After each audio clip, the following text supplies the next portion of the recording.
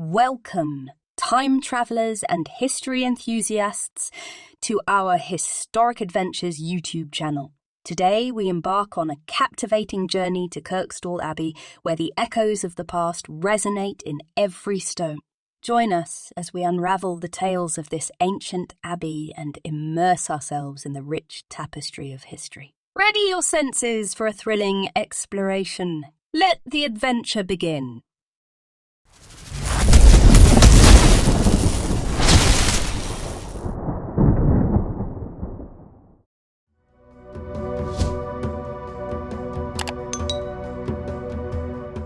Kirkstall Abbey stands as the vestige of a once thriving Cistercian monastery nestled in the environs of Kirkstall, situated to the northwest of the bustling Leeds city centre in the historic county of West Yorkshire, England.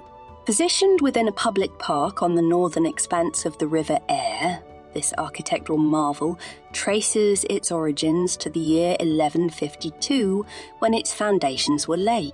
Regrettably, its flourishing existence was curtailed during the era of the dissolution of the monasteries under the reign of King Henry VIII.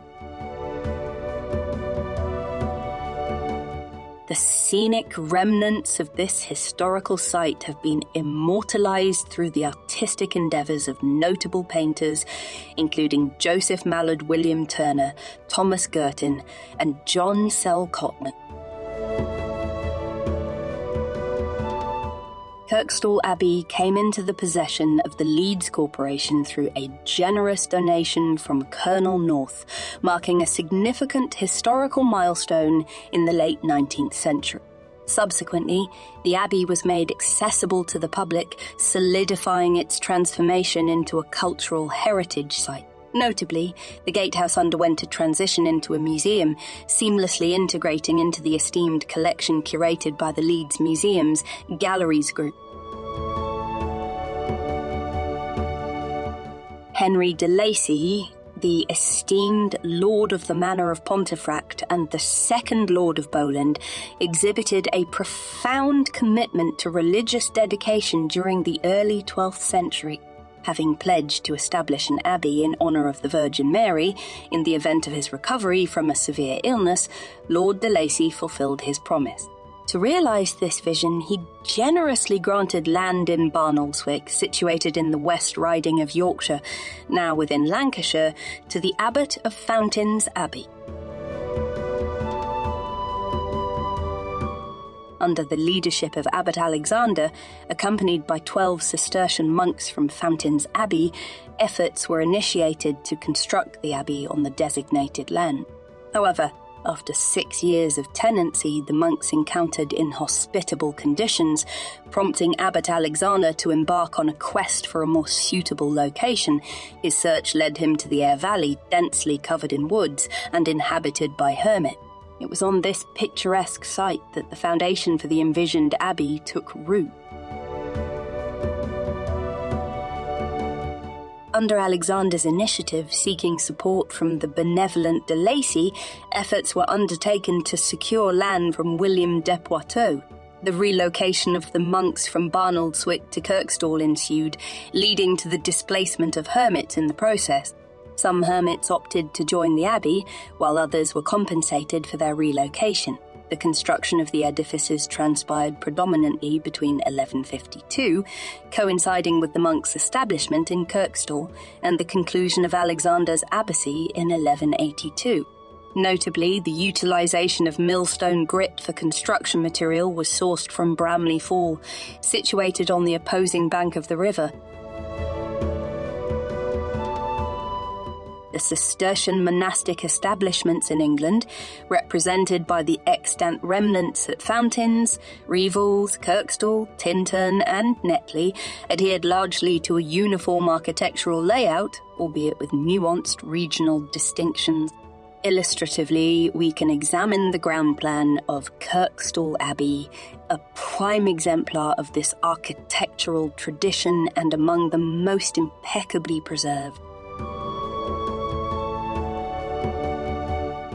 The architectural structure in question adheres to the Cistercian design, featuring a concise chancel, transepts with 3 eastward chapels each, separated by robust wall. Notable for its simplicity, the building showcases unadorned windows, a nave devoid of triforium, and distinctive round-headed windows and doorways. The vaulting arches exhibit pointed geometry, while the mouldings and capitals display early Gothic characteristics. In the 15th century, a modification occurred as the grand east window was replaced with a smaller counterpart.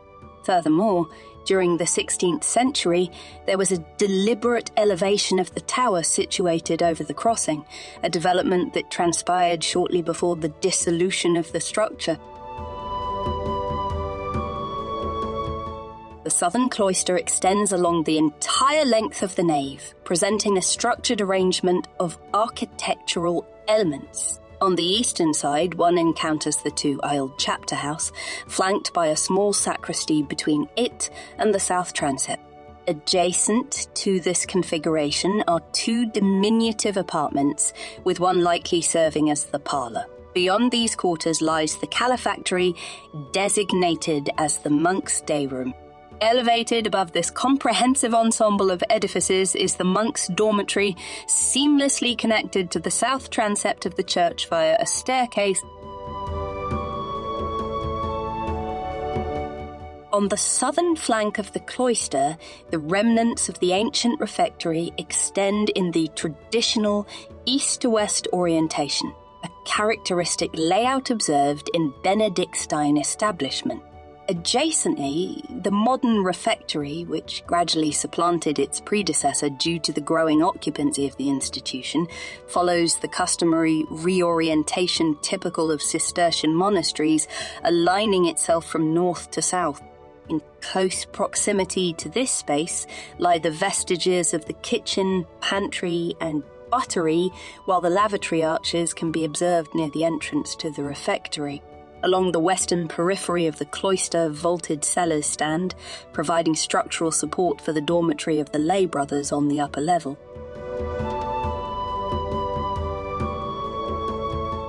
Extending from the southeastern corner of the primary architectural complex are the remnants of a secondary cluster of structures. While traditionally identified as either the hospitium or the abbot's residence, their placement aligns more closely with the typical location of an infirmary. The hall within this section boasted considerable dimensions, measuring 83 feet in length and 48 feet 9 inches in width, featuring a division created by 2 rows of columns.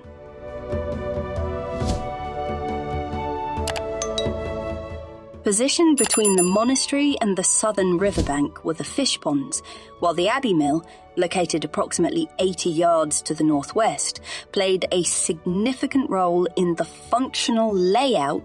Noteworthy features such as the mill pool and the goit, or mill stream, are still discernible, adding to the historical richness of the site. On the 22nd of November in the year 1539, the abbey underwent a significant historical event as it willingly surrendered to the commissioners appointed by King Henry VIII during the dissolution of the monastery. The subsequent fate of the abbey saw it granted to Thomas Cranmer in 1542, only to be reclaimed by the Crown following Cranmer's execution in 1556. A pivotal moment in its ownership occurred in 1584. When Sir Robert Savile acquired the estate, firmly establishing it within his family's possession for nearly a century. The year 1671 marked a transfer of ownership as the abbey came under the stewardship of the Brudenell family, specifically the Earls of Cardigan. Over the course of time, the abbey endured changes, with much of its stone being repurposed for construction in the local vicinity. Notably, elements such as the steps leading to the riverbank by Leeds Bridge in the town centre were fashioned from the reclaimed materials, further contributing to the historical tapestry of the region. In the 18th century, the captivating remnants of this historical site became a magnet for artists associated with the Romantic movement, garnering the attention and artistic interpretations of notable individuals such as Joseph Mallord William Turner, John Selkopman, and Thomas Girting. Fast forward to 1889, when Colonel John North acquired the abbey, subsequently presenting it as a generous gift to the esteemed Leeds City Council. Recognising the cultural and historical significance, the council embarked upon a substantial restoration endeavour culminating in the public unveiling of the meticulously restored abbey in 1895. In 1851, the esteemed African-American novelist William Wells Brown embarked on a visit to Kirkstall Abbey, a momentous event that he documented with eloquence and finesse. Through the medium of poetry and poetic language, Brown artfully portrayed the pensive beauty enveloping the desolate ruins, which stood in poignant contrast to their pastoral luxuriance. His narrative not only showcased a profound appreciation for literature, but also revealed a keen interest in the realms of nature and local history. In the era preceding 1890, minimal excavation efforts transpired at the location. It wasn't until the leadership of William St. John Hope that a noteworthy investigation of the abbey walls ensued, accompanied by the removal of certain trees. The 1950s witnessed a substantial surge in excavations, spearheaded by the staff of Leeds City Museums, now known as Leeds Museums Years Galleries, under the meticulous direction of W.V.V. Wade from Leeds University. Certainly the abbey in question stands as a distinguished Grade 1 listed edifice and is officially recognised as a scheduled ancient monument. Following an extensive $5.5 million renovation initiative, a state-of-the-art visitor centre has been established, featuring interactive exhibits that eloquently depict the historical narrative of the abbey and provide insight into the daily lives of its resident monks. Access to the abbey is facilitated through the visitor centre, with an admission fee of £5.50, supplemented by a voluntary donation box. Periodically, complimentary guided tours are offered to enhance the visitor experience. The illustrious Leeds Shakespeare Festival, orchestrated by the esteemed British Shakespeare Company, graced the cloisters on a yearly basis, leaving an indelible mark from 1995 to 2009. Within the precincts of the Abbey, now a public park, the hallowed ground serve as a venue for various events, including the renowned annual Kirkstall Festival and the enchanting Kirkstall Fantasia open-air concert. Situated across the thoroughfare, the distinguished Grade 2 listed structure, once serving as the Abbey Gatehouse, presently stands as the esteemed Abbey House Museum.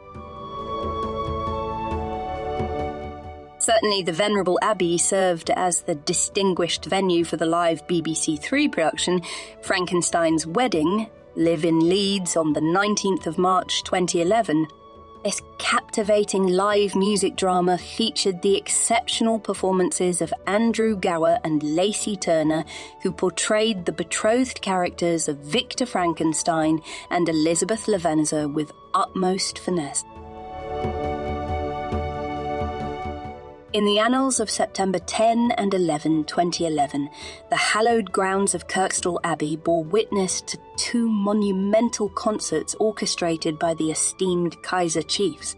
Each evening unfolded beneath the expansive sky, captivating a colossal audience that reached a zenith of 10,000 enthusiasts on both occasions.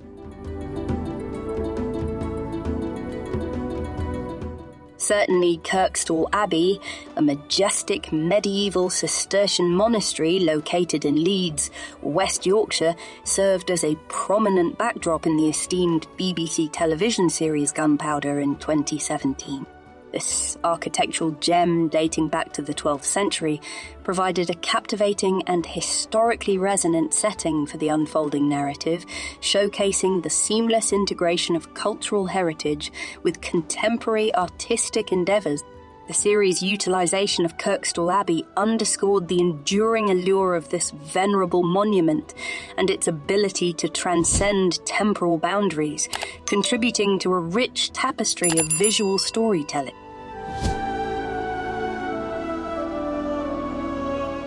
We hope you've relished every moment of our exploration at Kirkstall Abbey. If the beauty of history has captivated you, don't forget to hit that like button and subscribe for more. Thanks for joining us on this journey, and until next time, happy exploring